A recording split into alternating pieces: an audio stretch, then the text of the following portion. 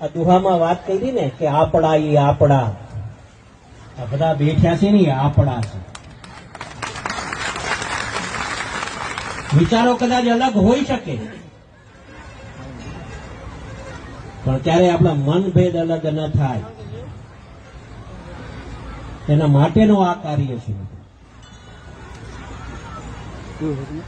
મને તો સોતા હતા જયારે ગાડીમાં લઈ ગયા ને હવનભાઈ બાલાભાઈ લઈને આવતા હતા ને, તો સોતા હતા એ વાત કરી, બહુ આટલી બધી ઇતિહાસ આપણે સમાજનો મને નહોતો ખ્યાલ, પણ વાત કરી કે ભાઈ આપણે સાકટ અને સોલંકી બધા ભાઈઓ હતા,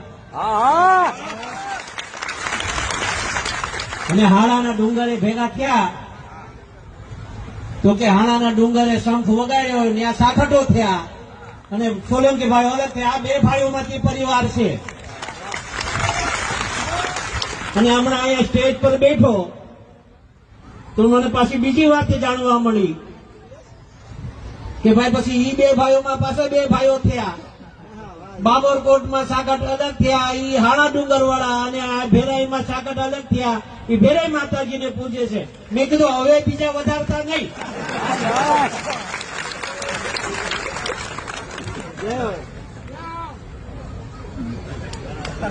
મિત્રો, મારો રાજીપો વ્યક્ત કરું છું, અને ક્યારેય કોળી સમાજનો ગુણ હું ક્યારેય ભૂલી નહીં શકું.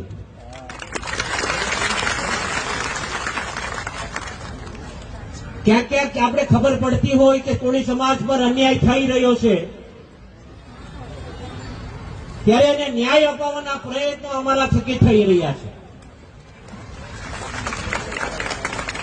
અને એક વાત સમજો, કોળી સમાજ જયારે આટલી મોટી સંખ્યામાં ભેગો થયો છે ત્યારે આપણે કહેવાની ઈચ્છા થાય, અમે જેવા ગણે તેવા. પણ મિત્રો, અમારા જેવા માતા ભારેવી માણસો આ કોળી સમાજને જોશે. બધાએ બધું કામ હરખી રીતે ન થાય, બધું કામ આમ સીધી આંગળીએ ઘી ન નીકળે. ઘી છે ને કાઢ્યું હોય તો આંગળી ટેડી કરવી પડે. અને ન્યા અમને કદાચ ધરી દેવા હોય ને સમાજના નામે, તો અમે ધરી દેજો, અમે ધરવાય તૈયાર છીએ.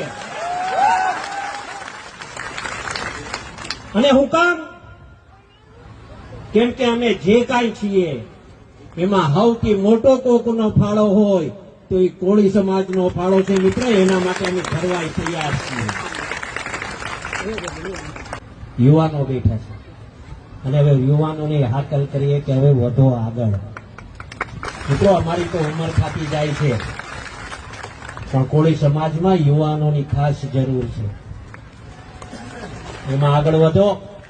ક્યાંક તમે ઉભા રહી જાઓ ને ત્યાં અમને હાકલ કરજો, તમને આગળ વધારવા માટેના અમે પ્રયત્ન કરશું.